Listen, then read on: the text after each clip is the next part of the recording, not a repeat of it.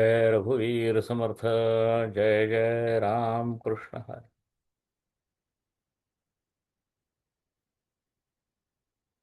माझ्याकडून अनेक वेळा हा उच्चार झालेला आहे की वारकरी पंथाची जी भक्ती आहे महाराष्ट्रातली, त्याला अद्वैत भक्ती म्हणून ओळखलं जातं. हे अद्वैत भक्तीचं स्वरूप हे केवळ शंकराचार्य प्रणीत अद्वैत वेदांत तो आम्ही अंगीकारतो असं नाही आहे. कारण त्या अद्वैत वेदांतामध्ये अद्वैतच आहे ना, त्यामुळे देव आणि भक्त वेगळे कुठले असणार त्याचा काही संबंधच नाही. म्हणजे त्या त्या परिभाषेचा सुद्धा विचार नसतो अद्वैत वेदांतामध्ये. एक ब्रह्म आणि त्या ब्रह्मानं धारण केलेलं रूप की जे खरं तर रज्जू सर्प वगैरे सगळ्या पद्धतीनं तुम्ही समजून घ्यायचं की तो सगळा भ्रमाकार कसा आहे. आणि तुमचा अहंकार, तुम्हाला दिसणारं त्या अहंकाराला दिसणारं जग हे कसं भ्रमाकार आहे आणि तुम्हाला जो अहम वाटतो तो अहम ब्रह्मास्मी हे समजून घेणं हाच वेदांताचं ज्ञानाचं स्वरूप असतं. आणि ते स्वरूप समजून घेण्यासाठी म्हणून खूप मोठा वादविवाद वगैरे पण त्यात केला जातो. हे सगळ्याला पूर्णपणे टाळून भक्तीचा मोठा प्रयोग हा जो भागवत पुराणानं आम्हाला रुजवला आमच्यामध्ये, सगळं सर्वसामान्य माणसांपर्यंत अधिकार दिला भक्तीचा, त्या भक्तीची श्रेष्ठता काय हे सांगायचं काम संतांनी केलं. आणि महाराष्ट्रामध्ये त्या भक्तीनं असं स्वरूप घेतलं की त्याला अद्वैत भक्ती असं म्हटलं जातं. त्यामुळे हे अद्वैत शंकराचार्यांच्या अद्वैतासारखं नसून देव आणि भक्त यांच्यामधलं अद्वैत आहे. त्यामुळे भक्तीच आहे ती. त्यामुळे देव आहे आणि भक्त आहे. पण सर्वसाधारण महाराष्ट्र सोडून इतर प्रांतामध्ये जर तुम्ही बघितलं, विशेषतः बंगालकडे जर तुम्ही गेलात किंवा दक्षिणेला उडुपीकडे गेलात आणि मध्वाचार्यांची जर भक्ती तुम्ही बघितली, तर देव आणि भक्त ह्यांच्यामध्ये समत्व असं तुम्हाला दिसणार नाही.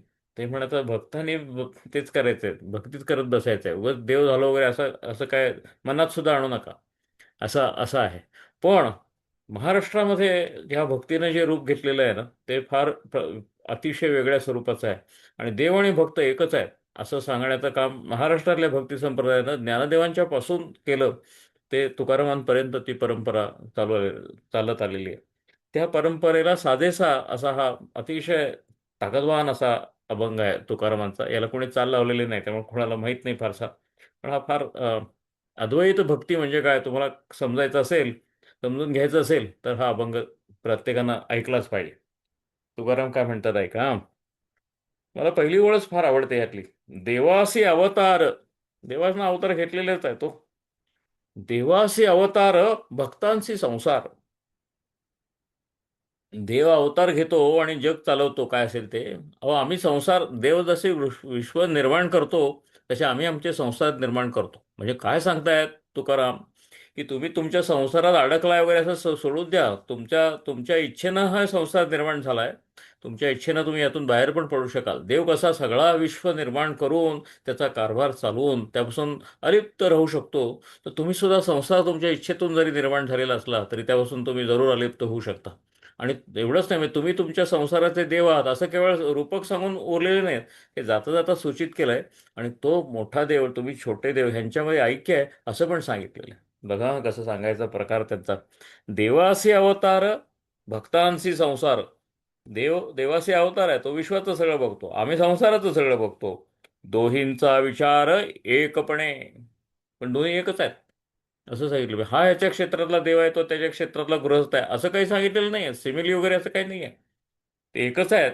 आता दोन वेगळ्या वेगळ्या ठिकाणी आहेत एवढंच आहे फक्त असं सांगितलेलं आहे. अतिशय धाडसी असं असं असं असं हे मोठं विधान आहे. केवळ अनुभूतीतनं आलेलं आहे बरं का. तुम्हाला ह्या तत्वज्ञानाचा प्रसार प्रचार काही करायचं, धर्मांतर वगैरे कुणाचं करायचं काहीही नाही आहे. परमेश्वराला शरण गेले, त्यातून जे काही अनुभव आले ते मांडले अभंगाच्या माध्यमातून. आणि त्यातून असे मोठी मौक्तिक अशी निघालेली आहेत आणि ती आपल्यापर्यंत आलेली आहे. देवासी अवतार, भक्तांशी संसार. दोहींचा विचार एकपणे. भक्तांशी सोहळे देवाची या अंगे. देव त्यांच्या संगे सुखभोगी. बापरे काय विचार म्हणलाय बघा. भक्तांशी सोहळे देवाची या अंगे. देवाची सगळी ग्लोरी आहे जी, ती भक्त देवाच्या भूमिकेतनं भोगत असतो.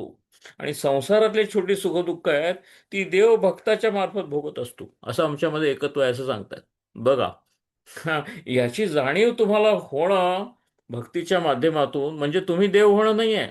तुमचा अहंकार जर जायचा असेल तर भक्तीचा साधनेतला हा प्रकार आहे की तुम्ही असं चिंता की तुमच्या हातून जे घडतंय, सगळे भोग जे घडतायत ते परमेश्वर स्वतः भोगतोय. मग आता तुम्ही त्याला वासनेचा त्रास द्याल का? तुम्ही त्याला अहंकाराचा त्रास द्याल का? तुम्ही काय द्याल त्याला? असं विचारल्यासारखं आहे. हा साधनेचा प्रकार आहे. पण हा ज्ञानात्मक साधनेचा प्रकार हा तुकारामांनी रूढ केलेला आहे. तुम्ही नुसते अभंगांवर चिंतन करत बसलात आणि तुकारामांच्या त्या मानसिक अवस्थेच्या, त्याच्या हृदयाशी जर तुम्हाला नातं जोडत आलं प्रत्येक अभंगातल्या प्रत्येक ओळीमधून, कारण हे तुकारामांनी खरं लिहिलेलं आहे. तुकाराम काय, एकनाथ काय, रामदास काय, हे सगळे जे नामदेव, ज्ञानेश्वर, ही सगळी सगळी सगळी सोयराबाई, जनाबाई, आमचा सगळ्यामध्ये खरेपणा, तंतोतंत 100% खरेपणा, असा असा असा असा गॅरंटीड खरेपणा तुम्हाला कुठल्या वाङ्मयात मिळणार नाही. तो ह्या भक्ती मार्गामध्ये मिळेल. हा प्रत्येक शब्द तुकारामांचा खरा आहे. ह्या एकाच श्रद्धेनं जर तुम्ही तो अभंग वाचला तरी सुद्धा तुमची भक्ती पूर्ण होईल. अशी अशी अशी ताकद असलेले अभंग आहे. भक्तांशी सोहळे देवाची या अंगे. हे देवाचं संपूर्ण वैभव भक्ताला देवाच्या कडनं मिळू शकतं. आणि देवालाही छोटी मोठी सुखदुःख आहेत संसारातली, त्यानंच केलेलं विश्व तयार केलेलं आहे, ते भोगायसाठीच तयार केलंय. आमच्या मार्फत भोगतोय तो हे सगळं, असं तुकाराम महाराज म्हणतात. भक्तांशी सोहळे देवाची या अंगे, देव त्यांच्या संगे सुख भोगी. देवे भक्ता रूप दिलासे आकार. देवानं भक्ताला रूप आणि आकार दिला. अहो, हा भक्त निर्माणच देवाने केलेला आहे. बघा पुढच्या वेळेत कसं आहे, परस्पर पूरक आहेत, काय कमीपणा नाही. देवे भक्ता रूप दिलासे आकार. भक्तांना रूप त्यानं दिलं, आकार त्यानं दिला. आणि भक्तांना जे विश्व दिसतं ते त्यानंच निर्माण केलंय त्यांच्या खेळासाठी, हे त्यांनी केलं. पण मग भक्तांनी काय केलं? देवे भक्ता रूप दिलासे आकार, भक्ती त्याचा पार वाखाणिला. आणि त्याच्या अफाट सामर्थ्याची स्तुती, त्याचा कुठंपर्यंत पार गेलाय, हे भक्तांनी त्यांना गाऊन दाखवलं त्याला. आणि त्याला ते फार आनंद होतो. अरे, मी हे विश्व निर्माण केलं भक्तांसकट, आणि या भक्तांच्या तोंडून माझ्याबद्दलच आता हा माझ्या सामर्थ्याचे उद्गार, म्हणजे भक्तीचे उद्गार यायला लागलेले आहेत. असं आमच्यामध्ये नातं आहे, असं ते सांगतात. देवे भक्ता रूप दिलासे आकार. पण ह्यामध्ये सूचित काय आहे? हे काय कुठलं कॉन्ट्रॅक्ट नाही आहे. ते सांगतायत की परमेश्वरानं तुम्हाला निर्माण केलंय, ते काय स्वतःचे चोचले पुरवायसाठी निर्माण केलेलं नाही. त्याची स्तुती गायसाठी, त्याच्या सामर्थ्याची स्तुती गायसाठी तुम्हाला निर्माण केलंय. त्याची गा स्तुती, मग तुम्हाला खऱ्या तुमच्या स्वरूपाचं आपोआप तुम्हाला भान येईल, असं तुकाराम सांगतात. असा हा ज्ञानात्मक अभंग आहे. देवे भक्ता रूप दिलासे आकार, भक्ती त्याचा पार वाखाणीला. त्याचा पार वाखाणायचं काम भक्तांनी केलं, आणि भक्तांना निर्माण करायचंच काम परमेश्वराने केलं. एका अंगी दोन्ही झाली ही निर्माण. काय मोठा वेदांत तुकाराम महाराज सांगतात बघा.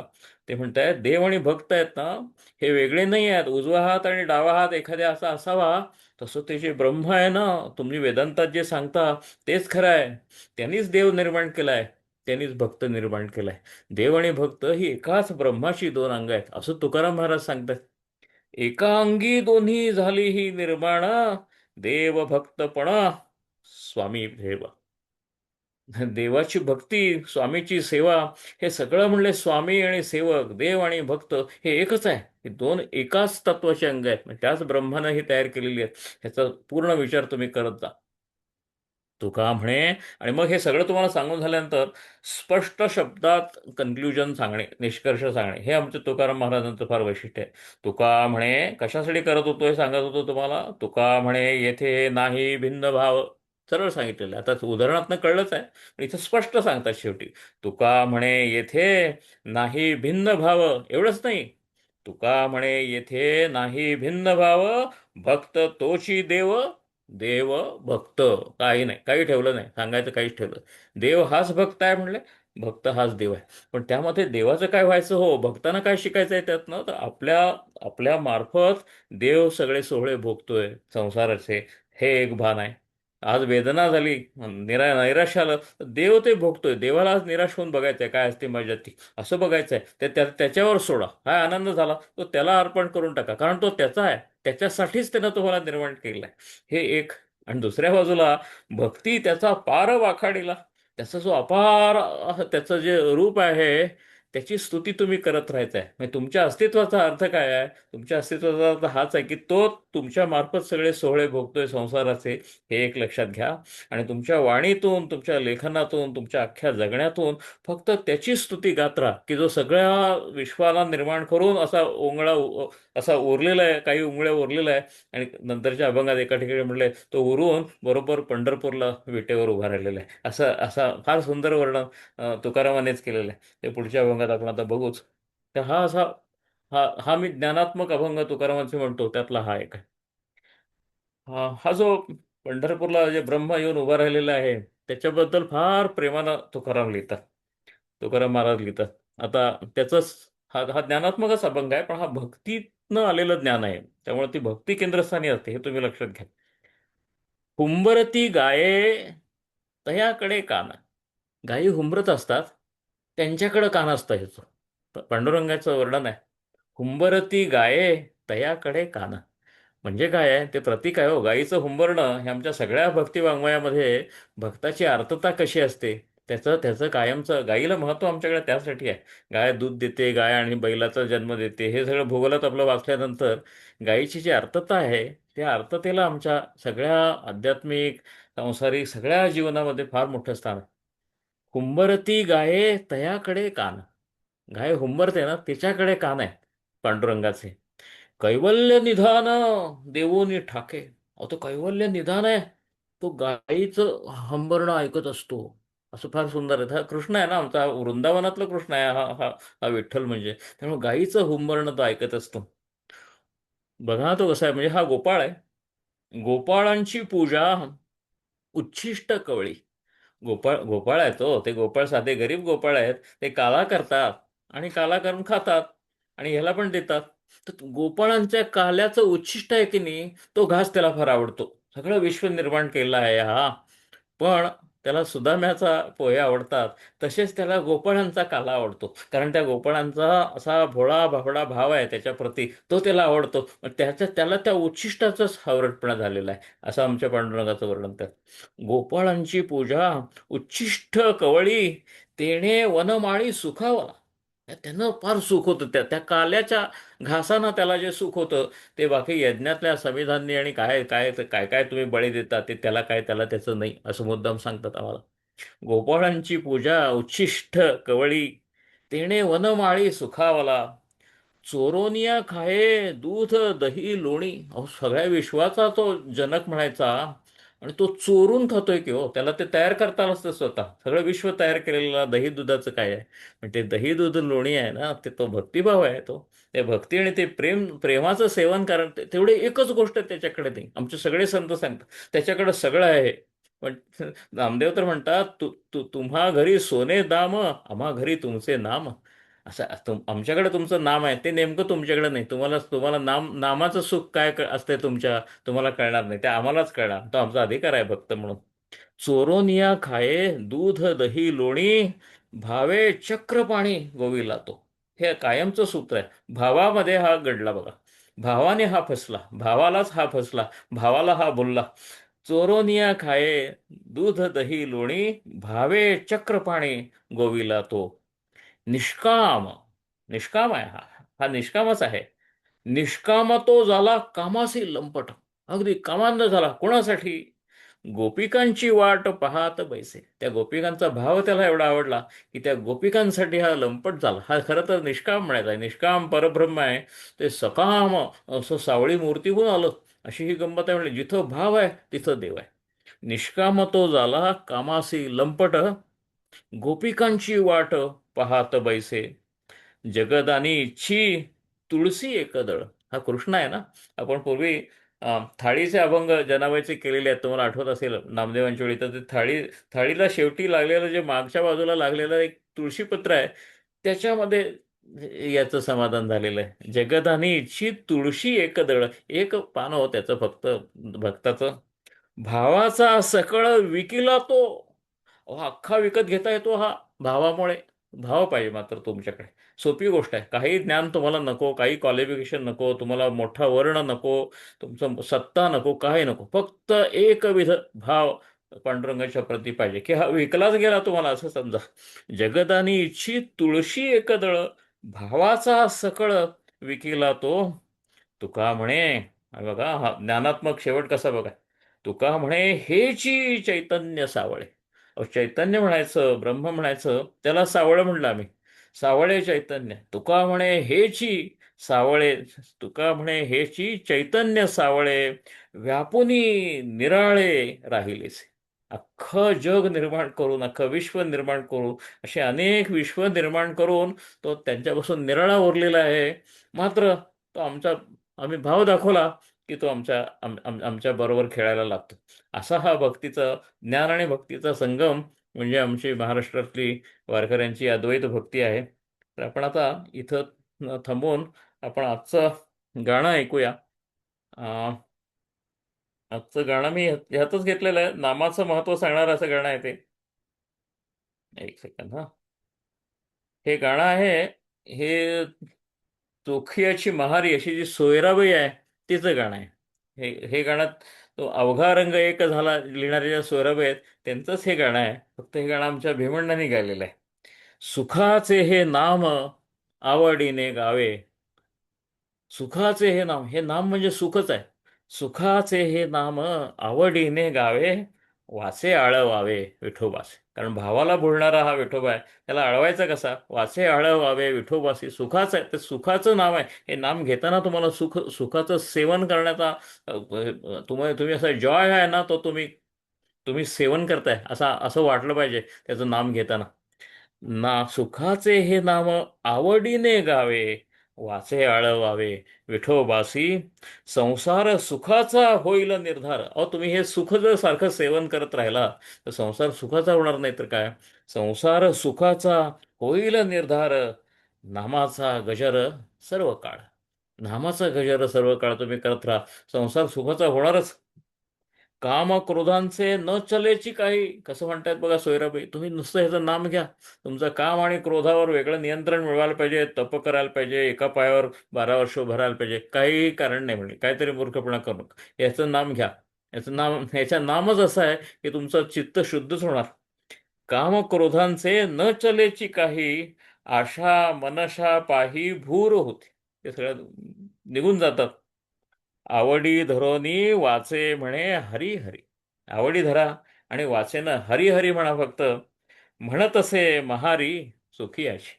सोयराबाई म्हणतायत की त्याचं नाव फक्त आवडीनं घ्या, बाकी सगळं तुमचं व्यवस्थित होणारच. आणि भक्ती मुख्य म्हणजे लागणार मार्गाला. आणि तुम्हाला त्याच्या त्याच्या आणि स्वतःच्या स्वरूपाचं ज्ञान एकाच वेळी होणार, अशी खात्री देणारे सगळे अभंग आहेत. तर आता हा सोयराबाईंचा अभंग आमच्या भेमण्णांनी गायला आहे. हा बहुतेक आमच्या राम फाटकांची चाल आहे. हा, तर तो आपण अभंग ऐकूया.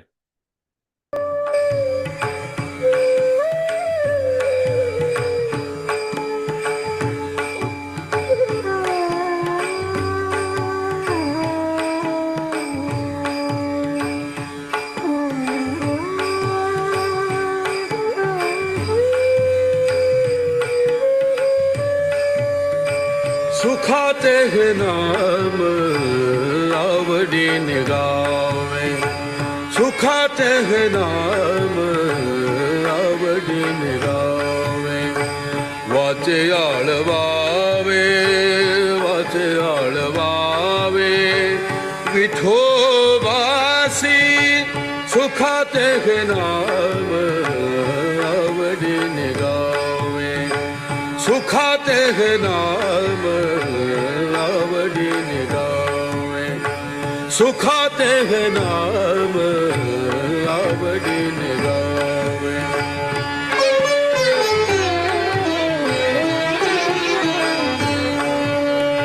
संसार सुखाचा होईल निधार. संसार सुखाचा होईल निधार. संसार सुखाचा होईल निर्धार. संसार सुखाचा, संसार सुखाचा होईल निधार. संसार सुखाचा होईल निधार. नामाचा गजर, नामाचा गजर, सर्व काळ सुखात हे नाम आवडीने गावे, सुखात हे नाम आवडीने गावे. वाचे आळवावे, वाचे आळवावे, विठोबासी सुखात हे नाम आवडीने गावे, सुखात हे नाम आवडीने गावे, सुखात हे नाम आवडीने गावे.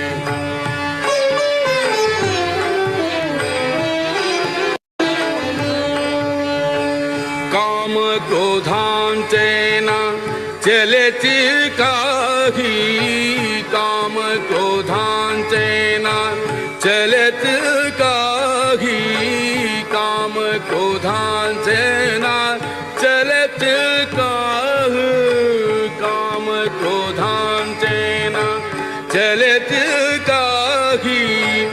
आशा मंच पाही, आशा मंच पाही, भूर होती सुखात हे नाम आवडीने गावे, सुखात हे नाम आवडीने गावे. वाचे आळवावे, वाचे आळवावे, विठोबासी सुखात हे नाम आवडीने गावे, सुखात हे नाम आवडीने गावे.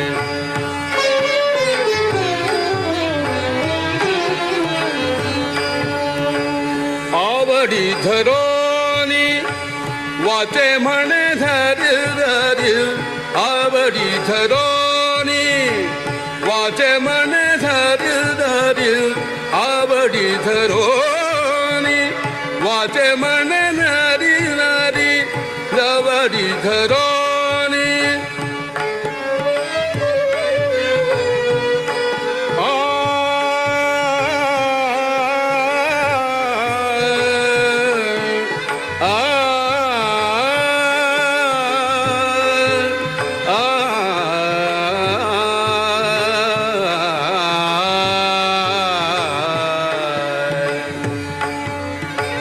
आवडी धरोनी वाचे म्हणे नारी नारी, आवडी धरोनी वाचे म्हणे धरी धरी, आवडी धरोनी वाचे म्हणे धरी धरी.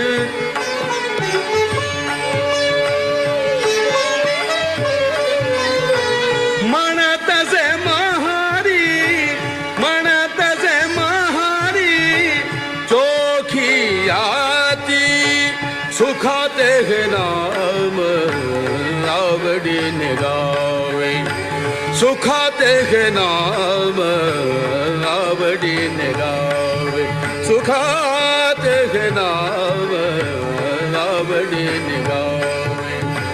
वाचे आळवावे, वाचे आळवावे, विठोबासी सुखात हे नाम आवडीने गावे, सुखात हे नाम आवडीने गावे. आपण इथं थांबूया. जय जय रघुवीर समर्थ. जय जय राम कृष्ण हरी.